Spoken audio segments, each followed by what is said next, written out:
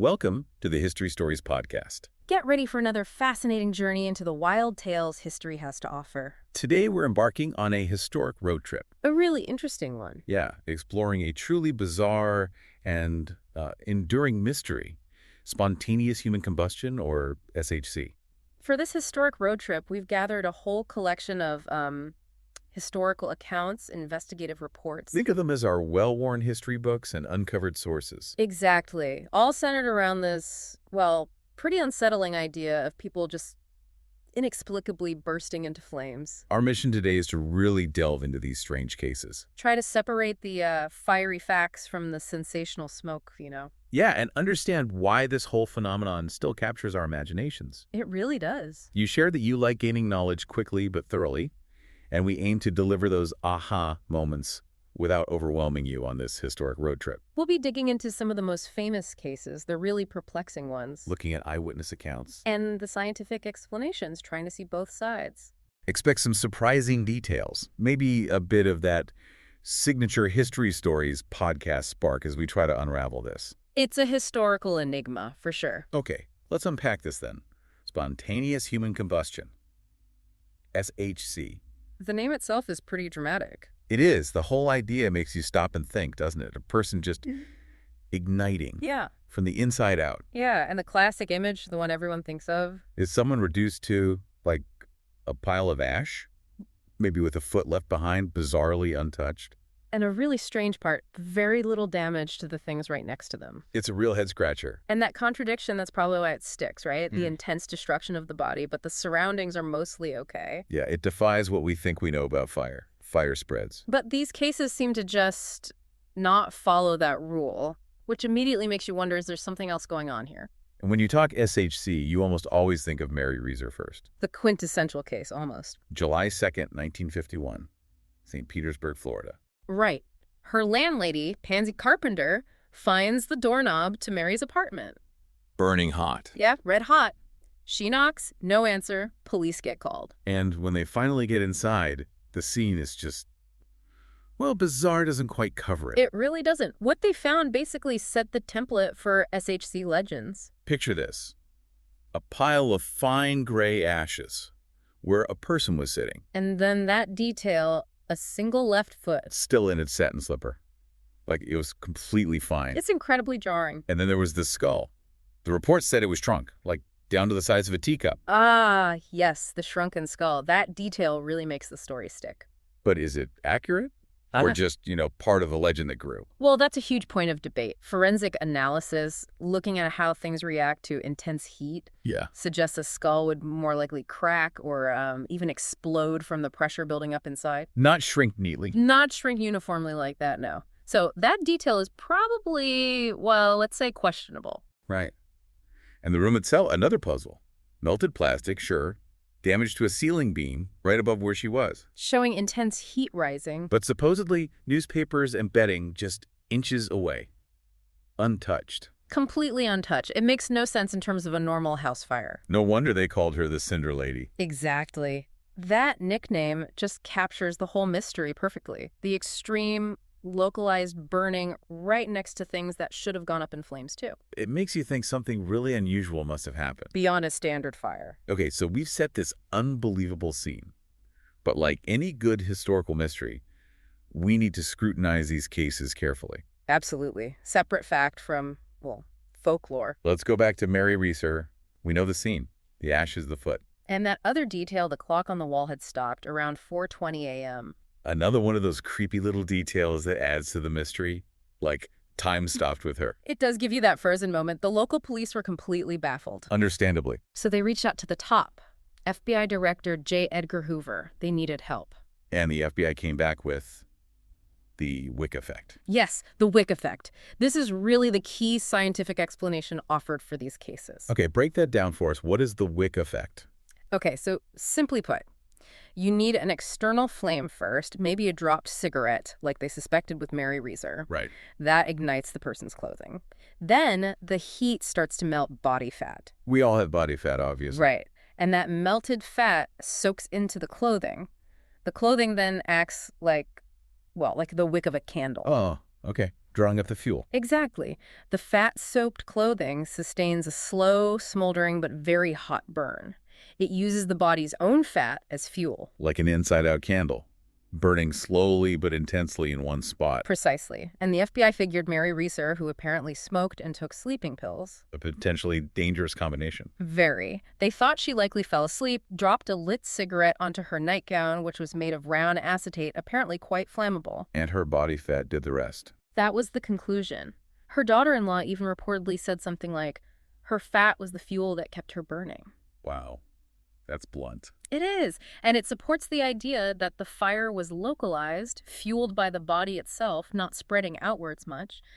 The chair and floor underneath her weren't consumed in the same way. But not everyone bought that explanation, did they? There was this physical anthropologist, Wilton Krogman. Right, Krogman. He was brought in, and he was skeptical. Deeply skeptical. What did he find so unbelievable? Well, he had a lot of experience with fire deaths, and this scene troubled him. He famously said something about it requiring black magic to explain. That's pretty strong language from an expert. It shows how perplexing it was.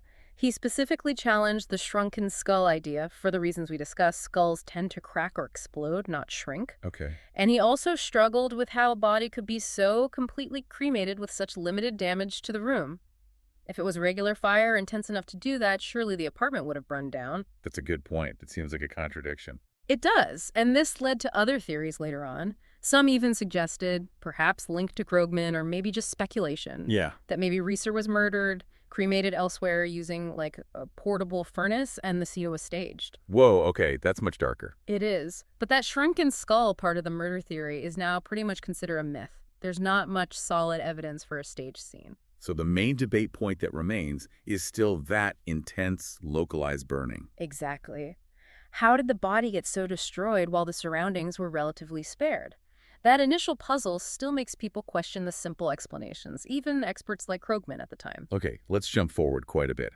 From 1951 Florida to 2010, Galway, Ireland. Michael Faherty. This case is fascinating because it has a really recent and very official conclusion that basically says, we don't know. It's remarkable for that reason. Michael Faherty, 76 years old, had type 2 diabetes, hypertension. Found by a neighbor. Yeah. And the scene kind of echoes Reeser, doesn't it? In some ways, yes. Body described as totally burnt.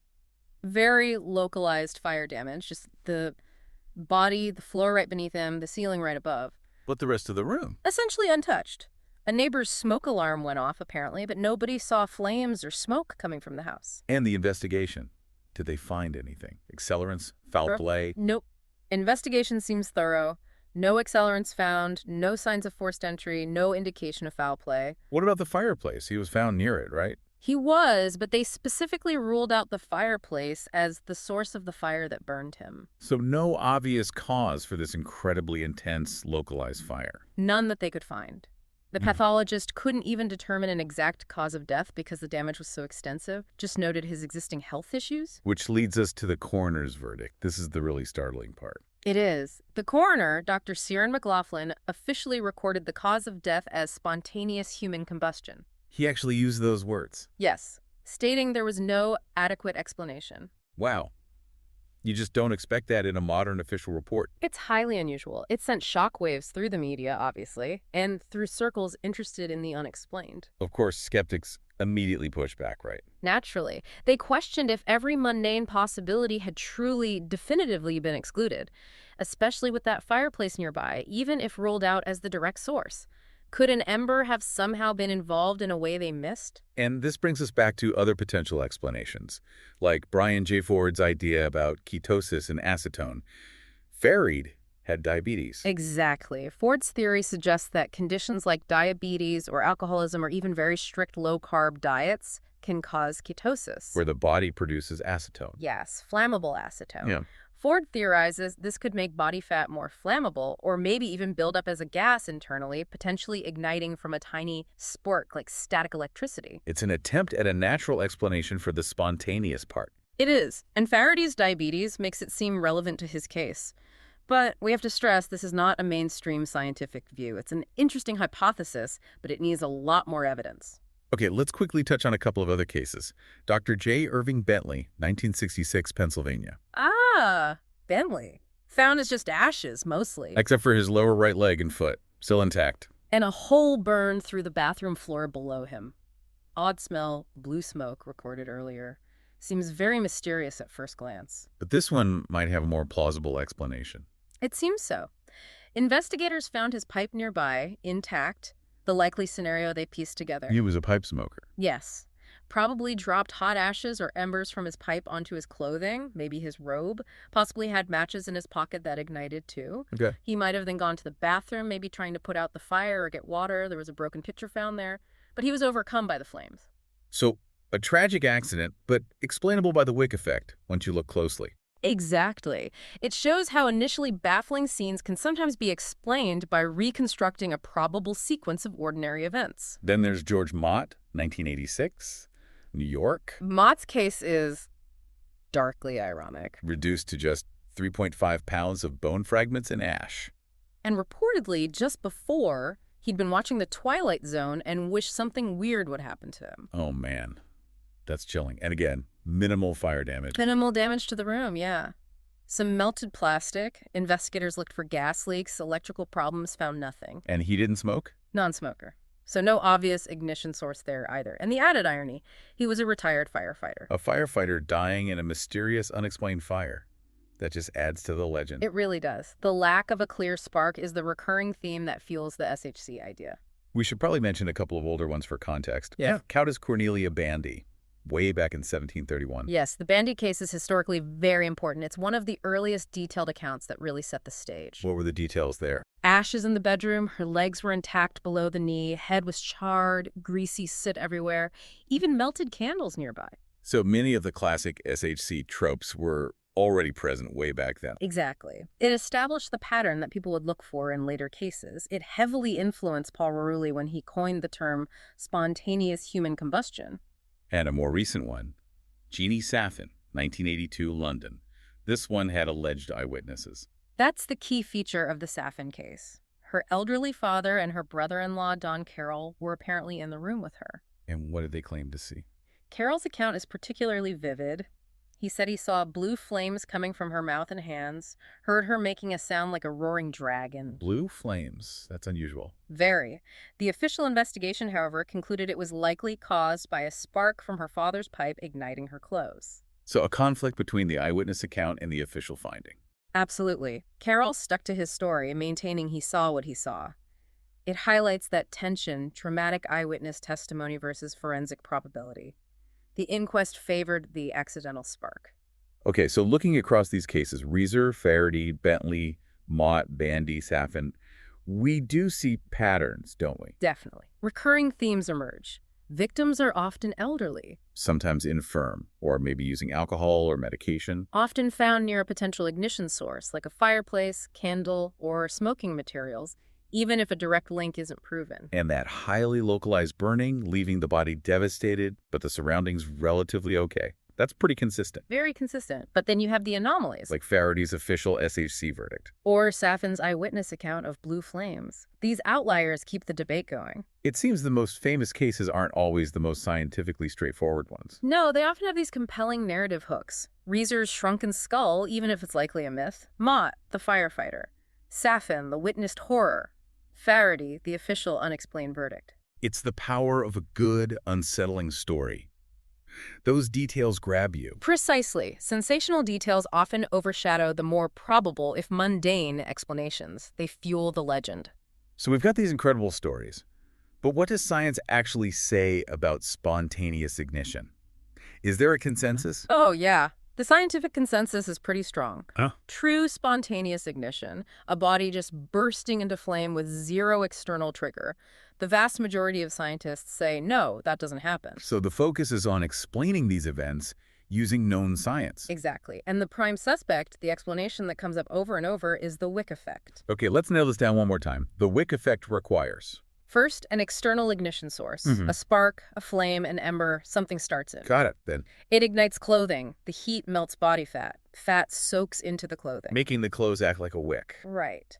The fat-soaked clothing then burns slowly but intensely, using the body's fat as a continuous fuel source. Right next to the body itself. Exactly. And what conditions usually need to be present for this scenario? You need that initial spark. Flammable clothing helps. Enough body fat to fuel it. And crucially, the victim is often immobile. Asleep, unconscious, maybe already passed away from something else, or just unable to move easily. Right. They can't put the fire out or escape it. That allows the slow burn to take hold and continue. And there's actual experimental proof for this. You mentioned tests. Yes, there have been experiments. Back in the 60s in Leeds, they showed human fat in cloth could sustain a slow, smoky flame. Okay. And maybe more visually convincing, that BBC experiment in 1998, they used a dead pig. A pig? Why a pig? Pigs have a fat distribution somewhat similar to humans. They wrapped it in a blanket, used a small amount of petrol to start it. Right. It burned for hours. Low flames, but very high heat generated right at the body. Significant damage to the pig, but the surrounding area. Mostly untouched, just some heat damage above it. So it visually demonstrated the localized intensity. It really did. Showed how the wick effect could explain that central paradox. Research also suggests human tissues, even bone, especially if less dense like in osteoporosis, can be consumed in this kind of long, slow burn. So the wick effect explains the intense burning and the lack of surrounding damage. Pretty much. The fire is contained, fueled by the fat-soaked clothes, not spreading rapidly. It also explains why extremities with less fat, like hands or feet, might survive relatively intact. And the greasy soot people often mention. Consistent with incomplete fat combustion in a slow, smoky fire. The slow burn also lets body water evaporate, making the process more efficient over time. What about other more mundane factors, Yeah. like just missing the ignition source? Absolutely critical. The initial spark, a dropped cigarette, an ember, a faulty wire, a candle tipping, could easily be completely consumed by the fire it starts. The evidence just disappears. Especially if combined with alcohol or sleeping pills, making accidents more likely. Exactly, and the vulnerability of the victims, as we noted. Often elderly, maybe obese, limited mobility, found alone. Sometimes, tragically, they might have died of natural causes, just before a small, unrelated fire started nearby. The alcohol question always comes up. Does being drunk make you flammable? That's a persistent myth. But no. Even with high blood alcohol, the concentration in tissues is way too low to make the body itself significantly more flammable.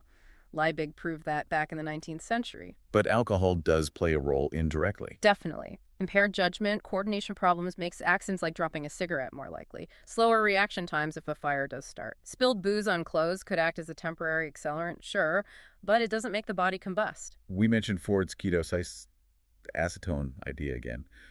Relevant for diabetics like Faherty? It is an interesting potential link in specific cases. The idea that metabolic acetone could make fat more flammable or ignite from static. It's trying to bridge that gap. But again, it's not widely accepted science, needs more proof. And other weird ideas, static electricity, rare body chemistry. Generally dismissed. No known mechanism for static to ignite tissue like that. No evidence of internal chemical reactions causing such combustion. Sometimes severe scald burns might even be misidentified in less rigorous investigations. Okay, let's bust some myths directly. The extreme temperatures. People say a house fire can't cremate a body. Crematoriums use very high heat for speed. But the wick effect, burning steadily for hours, focused on one spot, fueled by fat, it can achieve significant destruction of tissue and even bone, especially if the bone is already less dense. It's about duration and focus, not just peak temperature. And the infamous shrunken skull. Almost certainly a myth or misinterpretation. Forensic experts agree. Skulls fracture or explode under that kind of heat. They don't shrink neatly. Krugman's early comments might have unintentionally fueled the legend, but later analyses suggest it just didn't happen like that. So the scientific consensus is pretty firm then. Extremely firm. SHC, as in ignition without an external trigger, doesn't happen. Almost all cases are explainable by the wick effect, starting with an overlooked external spark, often involving vulnerable individuals. Some even prefer the term fat wick burns. But that explanation gap, not always finding the specific spark that leaves room for doubt, doesn't it? It absolutely does. Because the initiating event is often destroyed, it creates uncertainty. Skeptics apply Occam's razor. The simplest explanation fitting the facts, external fire plus wick effect, is best. No need for unknown internal causes. But believers focus on that missing spark. Right. They see it as evidence for an internal mysterious cause. The burden of proof has really shifted. Science offers a strong natural explanation now, so proponents of spontaneous ignition need to show evidence for an internal trigger. And they haven't within the mainstream view. It's amazing how long these stories have been around, woven into history and culture. It really is. Long before the science people were talking about this, Paul Raleigh named it Spontaneous Human Combustion in 1746 after Countess Bandy. But there were stories even earlier. Oh, yeah. Anecdotal accounts go back centuries. Thomas Bartholin reported one from Paris in 1663, woman burns on a straw mattress untouched. These reports really picked up in the 19th century. Got discussed in medical texts, sometimes called preternatural combustibility. Suggesting maybe the body was somehow extra flammable? Kind of, yeah. Maybe needing only a tiny spark. But it wasn't just medical curiosity, was it? It got tied up with morality. Especially in the 18th and 19th centuries, linked to alcohol. Big time. Often framed as divine punishment for alcoholism, a sinful life ending in flames. Lurid newspaper accounts loved this angle. The temperance movement used these stories as scare tactics. And interestingly, often the victims in these stories were women. Yeah, disproportionately so, even though men drank more heavily then. Likely reflects societal biases, maybe the vulnerability of older women living alone, more prone to unwitnessed accidents. SHC became a sort of cultural mirror for the anxieties and prejudices of the time. And then Charles Dickens throws it right into the literary spotlight with Krook in Bleak House. Huge impact. Dickens was massively popular, known for realism. He described Krook's death with all the SHC hallmarks: greasy soot, oily deposit, near total burning, spared surroundings. So people reading it thought, wow, this must be real. Many did, yes. Because Dickens wrote it, it seemed plausible. But his friend, George Henry Lewis, called them out on it. He did.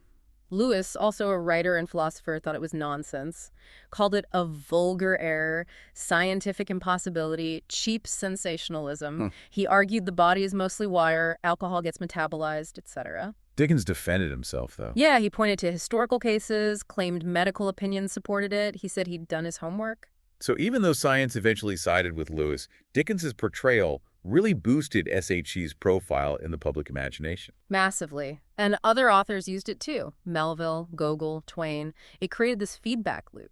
Fiction reflects the idea, reinforcing the public belief, which inspires more fiction. Even with the science, some people just aren't satisfied with the Wick effect explanation, are they? Which leads to other theories.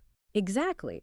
When the mundane explanation feels lacking, or people are drawn to mystery, alternative ideas pop up, often tapping into paranormal or fringe science beliefs. What kind of stuff are we talking about? All sorts. Poltergeists causing the fire, maybe intense psychic energy released from within. Someone mentioned Kundalini energy from Eastern philosophy surging uncontrollably. Wow, okay. Anything more? Science-y, even if fringe? Well, you get theories about hypothetical particles like Larry Arnold's pyrotron or some kind of internal Hiroshima effect. These lack any real scientific basis, though. What about external forces? Things outside the body? Yeah, that comes up too. Ball lightning is sometimes suggested, though it's rare and poorly understood itself. Ideas about wifely lines or weird geophysical energy spots, even cosmic rays, UFOs, or divine intervention, going back to the older ideas. And any biological oddities proposed? Yeah. Things like flammable intestinal gases, methane building up and igniting, or maybe hyper-accelerated metabolism creating intense heat, or uncontrolled bioelectricity. Again, mostly speculative, lacking solid evidence or plausible mechanisms to explain the specific SHC pattern. So these alternative theories really appeal to that fascination with mystery, dissatisfaction with simple answers. Pretty much. People try to fill the explanation gap. If a theory fits their existing worldview, paranormal, conspiracy, whatever, it can seem appealing. But it's crucial to apply scientific skepticism. These theories lack rigorous evidence, testable hypotheses. SHC becomes like a Rorschach test for people's belief systems. And SHC definitely made its way into modern pop culture too, often in pretty funny ways. Oh, absolutely. It's become a bit of a trope, used for both horror and comedy. Keeps the idea alive, even if often satirically. This is Spinal Tap has to be the classic example, right? Exploding drummers. You can't really dust for vomit. It's iconic, perfectly captures the absurdity. The deadpan delivery just makes it hilarious. And the fact that the actor, Rick Parnell, later hosted a radio show called Spontaneous Combustion, that's just chef's kiss. The X-Files dealt with it too, didn't they? or things like it. Yeah, they explored related ideas, pyrokinesis in one episode. Mulder might mention SHC as a possibility sometimes, often played for that slightly spooky, unexplained vibe, even if Scully usually had a more rational take. And South Park had that episode. Spontaneous combustion, yeah. Randy Marsh's theory about holding in farts causing combustion. Classic South Park. Total satire, mocking the phenomenon, complex explanations, religious angles. Apparently, Trey Parker genuinely considered the fart theory at some point, which is just peak South Park. So from potential phenomenon to running gag, SHC is a solid urban legend now. Definitely. Books of mysteries, Reddit threads, podcasts, campfire stories. It's everywhere. Why does it endure? That central paradox, the bizarre stories like Reeser's, the explanation gap when a cause isn't found, our fascination with the grotesque and the unknown. Pop culture keeps it simmering, sometimes laughing at it, sometimes using its creepiness. It debunks and perpetuates all at once. Okay, as we start to wrap up this historic road trip, let's dig into some final details. The deeper cuts, lingering questions. Good idea.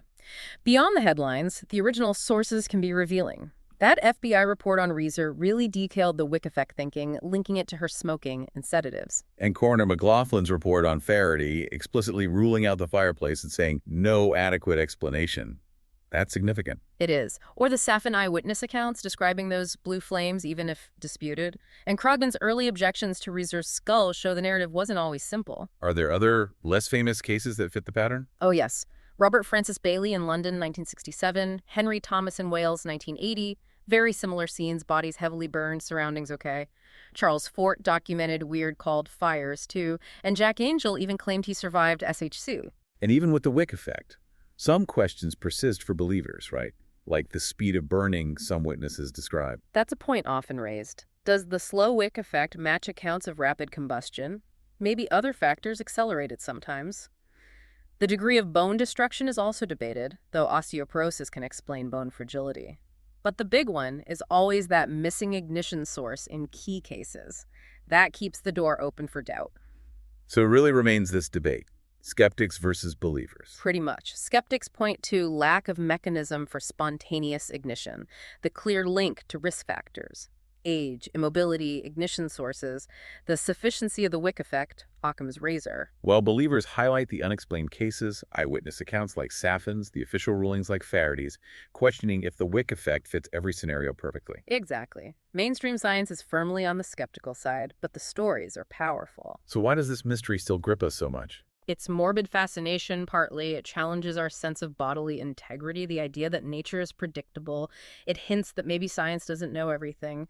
And the stories themselves. Reeser, the exploding drummers, Faherty, they're just inherently compelling, unforgettable narratives. Even a likely inaccurate detail like Reeser's shrunken skull becomes this powerful anchor for the legend, doesn't it? Absolutely. Bizarre details make myths stick. It shows how these strange elements propagate the story, regardless of factual accuracy. So as we finish this historic road trip into spontaneous human combustion, wow.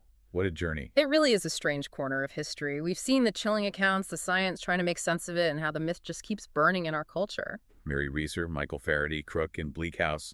Each story adds a layer. And while science offers the wick effect and overlooked accidents as strong explanations, that human draw towards mystery, towards the unexplained, it keeps the debate alive. Maybe the real story isn't how people might ignite, but why these tales fascinate us so much. Why do they endure? That could be it. We hope this historic road trip gave everyone listening some intriguing insights, a deeper understanding. If your curiosity is still ablaze, check out our show notes. We've got links for further exploration. Forensic science stuff, historical accounts, even a peek into those fringe theories if you're interested. Just approach it all with healthy skepticism and keep asking questions. Yes. Thank you for joining us on the History Stories podcast for this historic road trip. It's been fascinating to delve into. Share this with anyone who loves a good historical mystery. And please rate and follow the show for more captivating stories from history, brought to you by Flash Culture. Until our next historical adventure.